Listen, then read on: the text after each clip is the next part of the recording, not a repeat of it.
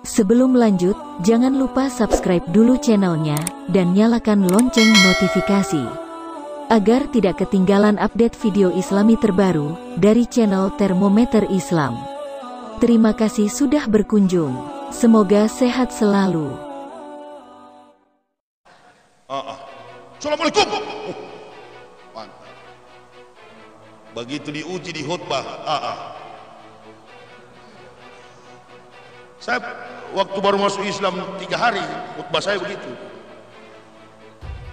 Tapi masih lebih bagus lah sedikit saya. Enggak, dalam mengucapkan mahruj, tartil, seperti tadi yang baca Al-Quran, Pak Ustadz itu mempunyai balaghah Arabik yang sesuai. Solawat kepada Nabi itu utama dalam karakter rajulun mu'minun di mimbar Jumat. Solawat, innallaha wa malaikatahu yusholluna ala nabi ya ayyuhallazina amanu sallu alaihi wa sallimu taslima. Itu dalam khutbah yang kedua diucapkan. Kemudian doa. Saya dengar lagi doa sudah dilarang pakai bahasa Arab, karena memang dia nggak bisa bahasa Arab. Innalillahi. Ini baut. Ingat saya waktu skrup salah dipasang itu.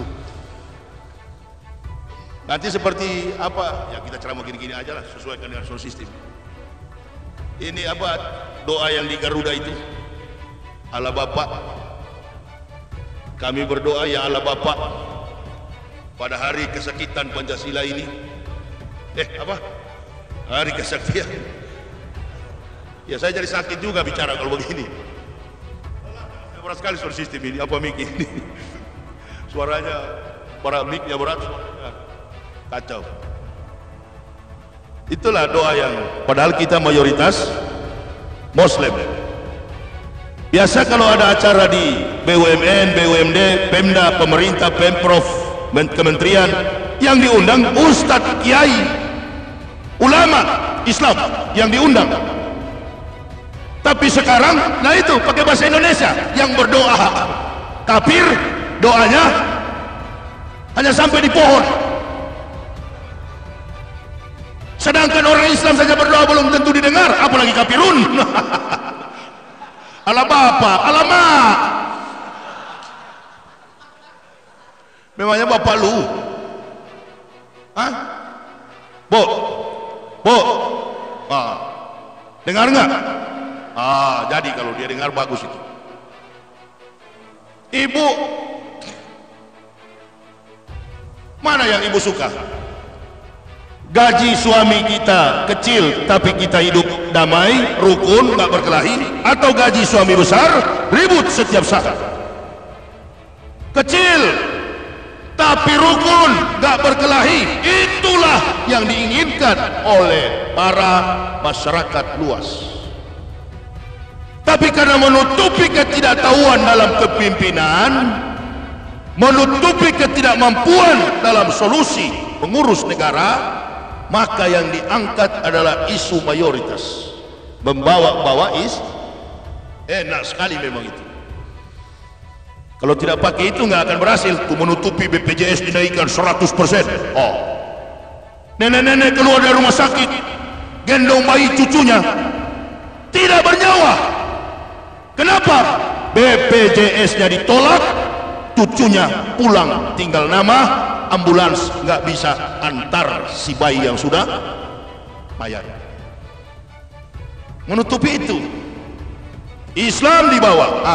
Datanglah penjilat-penjilat 1-2 orang ini, padahal sudah nenek-nenek loh bu.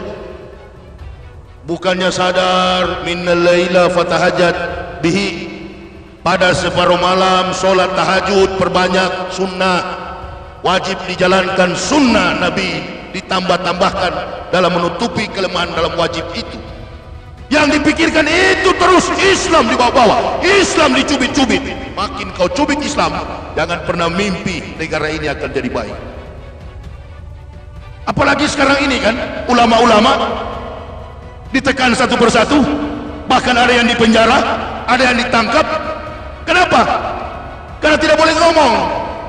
Padahal dunia ini menjadi tertib oleh karena ilmu para ulama. Qiwamud dunya bi arba'ati asa.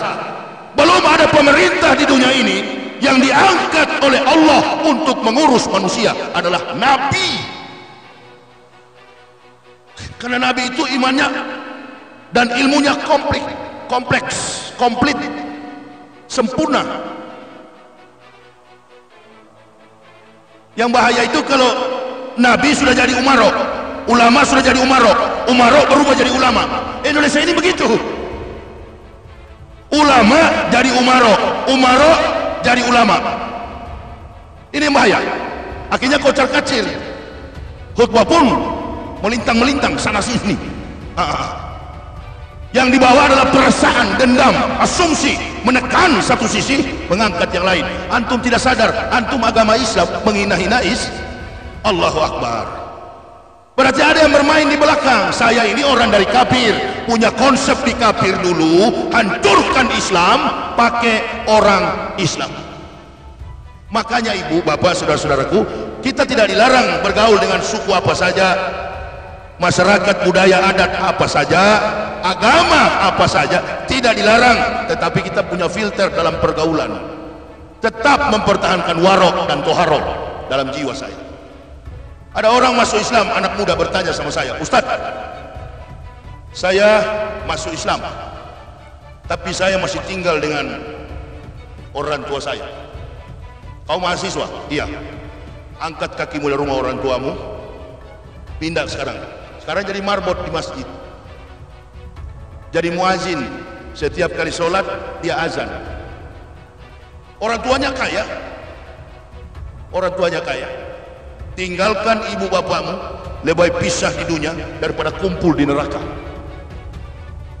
Kalau sudah masuk Islam, ada aturan tentang dietary, aturan tentang makanan, aturan tentang minuman, aturan tentang 3 hal najis: mukopapa, mugolado, mutawasito. Perihal toharo, hukum-hukum najis.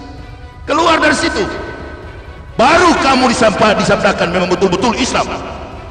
Ada juga yang mengatakan, Ustaz, bagaimana kalau suaminya Islam, istrinya Kristen, istrinya Kristen, suaminya Islam, suaminya Kristen, istrinya Islam? Boleh nggak kira-kira? Dua-dua ke neraka kafir, dua-dua itu. Nggak peduli saya kalau ada saudara kita yang begitu, nggak peduli saya. Ini ceramah kok. Sunat dua-dua, satu disunat, istri sunat, suami disunat. Kami satu keluarga, begitu masuk Islam, saya, istri, anak-anak semua disunat. Bersih.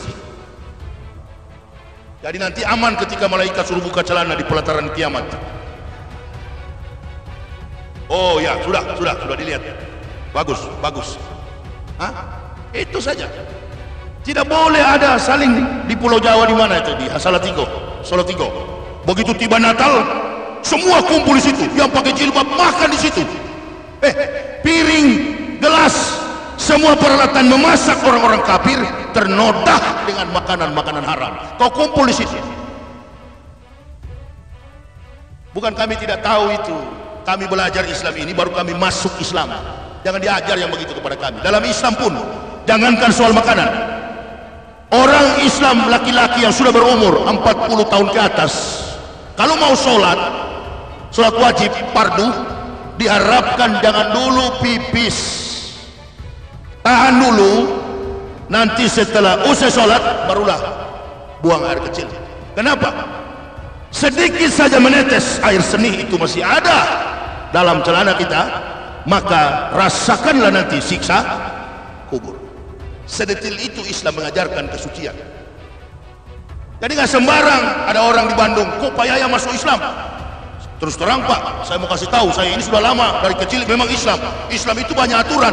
Allahu Akbar. Saya terus bisa bayangkan di orang, berarti ini Abu Nawas ini. Dia rasa berat dengan perintah Islam. Kenapa? Karena tidak berpengetahuan, tidak mengerti ilmu dalam Islam. Tidak tahu. Kalau orang semakin cinta kepada Islam, dia semakin mengerti ilmu Islam, justru makin ringan dia menyampaikan, bahkan mengamalkan Islam itu. Gak jadi ukuran. Saya kasih contoh. Baru 3 hari saya disunat, saya ajak bini saya sholat berjamaah karena susah saya melangkah. Disunat dengan cara tradisional, dijepit dengan bambu baru dipotong. Selama 2 minggu saya pegang-pegang begini sarung. Jadi saya bilang istri saya, yuk kita sholat subuh. Istri saya tanya, tengok kemana Pak? Tengok ke jendela. Pikir saya kiblat itu di mana ada jendela orang Islam itu kiblat. Berapa rakaat Pak? Berapa kali kita sujud? Mainkan 20 kali. Pokoknya bahkan saya suruh istri saya, bini saya jadi imam, saya makmum. Sambil duduk saya di belakang. Ini baru 3 hari masuk Islam, baru disunat, tapi pingin sekali untuk sholat. Dia berdiri duduk, rupa-rupanya diintip oleh Pak Komarun, Kiai Haji Komarun Sofa. Dia intip Al-Fatihah pun baca dengan huruf Latin. Nah gitulah seperti yang di mimbar tadi itu. Haka tukati, bukan haka tukati. Tidak ada kaf, kaf itu ka, of. Belajar ikro, ternyata baru ikro 1 sudah naik mimbar. Ketahuan lo. Baru ikro 1, kalau baru ikro 1 nggak boleh. Ini mimbar suci kalau Jumat kawan. Jadi nggak ada orang Manado itu Islam, kafirun. Kita juga bermarga, nama marga saya itu Waloni. Nggak ada Waloni itu orang Islam, nggak ada. Nanti saya masuk Islam baru yang lain ikut-ikut. Begitu bangkit kami ditanya Pak Komar, sholat subuh. Salah Pak, kiblatnya bukan ke sini, ke sana kiblatnya. Karena baru 3 hari belum tahu istilah Islam.